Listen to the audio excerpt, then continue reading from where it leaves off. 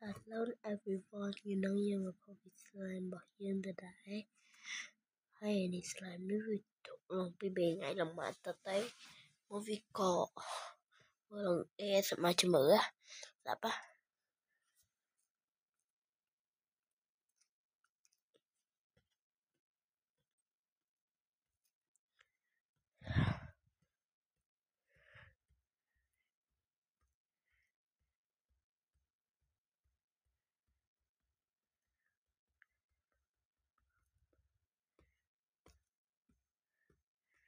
hay là đọc nhiều bức snap bên luôn rồi glitter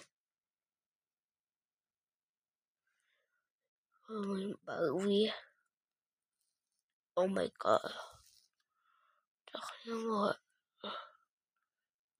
không xa bông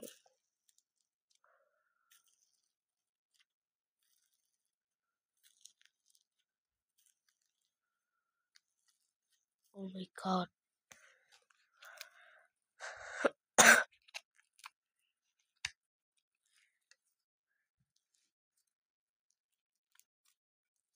em nhớ ai sát xử lý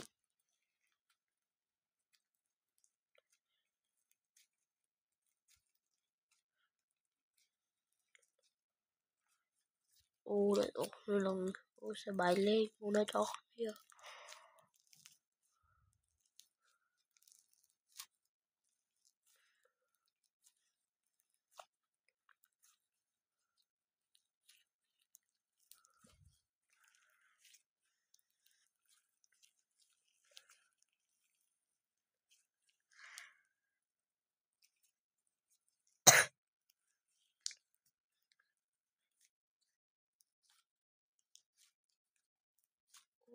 Bài lên cái mong để đọc here.